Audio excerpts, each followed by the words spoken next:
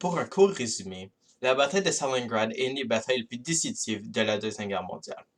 L'assaut sur la ville a commencé le 13 septembre 1942 et a fini le 2 février 1943. Les avions allemands ont bombardé toute la ville le premier jour, alors elle est devenue de la poussière. Après, les Allemands voulaient apporter leur char d'assaut, mais il ne faut pas parce que la ville a été tellement détruite qu'il ne fallait juste pas passer. Alors, ils ont dû envoyer leurs hommes dans la ville sans de protection. Par le début de novembre, les Allemands avaient à peu près 90% de la ville, alors tout le monde pensait que les Russes allaient perdre et voulaient juste qu'ils donnent le drapeau blanc. Mais, ils ont utilisé leur arme la plus puissante, qui est l'hiver, et les Allemands étaient vraiment pas prêts. Plusieurs meurent de froid et en plus il manque de la nourriture. Pendant ce temps-là, la nouvelle division de l'armée rouge encercle les Allemands dans la ville, qui ressemble un peu comme la tactique qu'ils ont utilisée en France. Alors les Allemands ont dû capituler. La bataille de Stalingrad est une des batailles les plus saignantes de toute notre histoire humaine. À cause de Staline a dit que personne ne prend un pas en arrière, personne n'a pu s'échapper de la ville avant la bataille. Alors, tous les 600 000 habitants de Stalingrad devaient rester et aider l'armée pendant la bataille. Par la fin, il restait juste 35 000 habitants en vie. Pendant les 5 mois de combat, plus d'1 million de soldats meurent sur le champ de bataille et plusieurs d'autres sont gravement blessés. Puisque la ville était en poussière, les conditions sanitaires étaient horribles et plusieurs meurent aussi des maladies. Alors, il y avait à peu près entre 4 000 et 9 000 personnes qui mouraient à chaque jour à cause de la bataille. Donc, si tu étais un soldat qui entre dans Stalingrad pour la première fois, tu vas probablement durer 24 heures ou moins. Donc, à chaque jour, les deux côtés lancent d'autres hommes dans la ville pour y tuer et en lancent un autre tout de suite après. Par la fin, il y avait presque 2 millions de morts pendant la bataille de... Il y a plusieurs raisons pour la bataille de Stalingrad. La première est que les Allemands voulaient avoir l'huile et le pétrole des Caucases. Il y avait une grande pénurie de pétrole en Allemagne pendant la Deuxième Guerre mondiale. C'était tellement grave que par la fin de la guerre, ils devaient brûler tous les bons chars d'assaut, car il restait plus de pétrole pour les faire bouger, et ils ne voulaient pas que les Alliés les utilisent. Cela est une raison que nous avons gagné la guerre.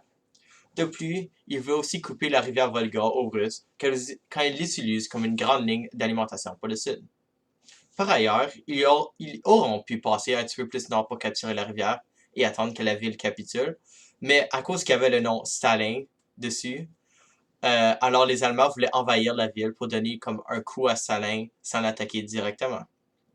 Donc, la bataille n'aurait même pas arrivé si la ville aurait un autre nom. La dernière raison est que la ville avait plusieurs usines pour la construction de matériaux de guerre, comme des chars d'assaut, des avions, des munitions et des fusils. La bataille de Stalingrad est aussi reconnue car les côtés ont utilisé une nouvelle stratégie de guerre, la guerre de rue. Dans cette stratégie, les soldats sont extrêmement proches de l'ennemi. Le général russe a dit que tu devais être assez proche pour lancer une grenade aux Allemands. Tout le monde se cachait dans les édifices qui restaient ou le décombateur pour ne pas se faire tirer et essayer de voir l'ennemi sans qu'il te repère. Alors, la ville était remplie de tireurs élites. Plusieurs étaient des femmes sur le côté russe, puisque c'était facile à te cacher et les fusils sont capables de viser une personne cachée facilement. Les Russes ont aussi choisi cette stratégie puisqu'ils voulaient que ils voulaient pas les batteries des Allemands après eux. Puisque les côtés étaient très proches, les Allemands voulaient pas utiliser leurs batteries pour pas ne frapper leurs troupes. Les conséquences de ces guerres sont grandes. Cela était la première fois qu'on faisait les Allemands reculer de leur territoire qu'ils ont conquéri et non juste les arrêter. De plus, après avoir gagné, les Russes n'ont pas juste arrêté avec leurs nouvelles armes créées pendant l'hiver, ils ont poussé les Allemands hors de l'URSS et se rendent jusqu'à Berlin par la fin de la guerre.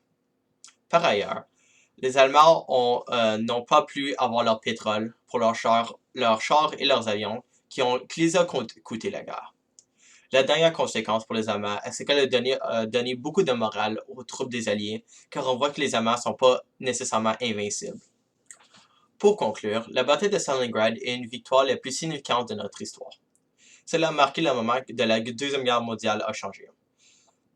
Ce n'était plus que les Alliés essayaient juste d'arrêter l'avancement des Allemands, c'était aussi le tour des Alliés de pousser les Allemands en Allemagne. Puisque les Allemands ne voulaient pas dire que c'était leur faute qu'ils ont perdu, car ils ont sous-estimé les Russes, puisqu'ils étaient considérés la race inférieure, Ils ont dit que c'était la faute des Italiens et des Roumaniens qui n'ont pas bien défendu leur derrière. La propagande dans les médias allemands ont dit que les soldats allemands n'ont pas capitulé et se sont battus à la dernière cartouche, mais ils se sont fait capturer. C'était pour dire au peuple que si même on va perdre, les Allemands arrêtent jamais et meurent en combat, ce qui était faux.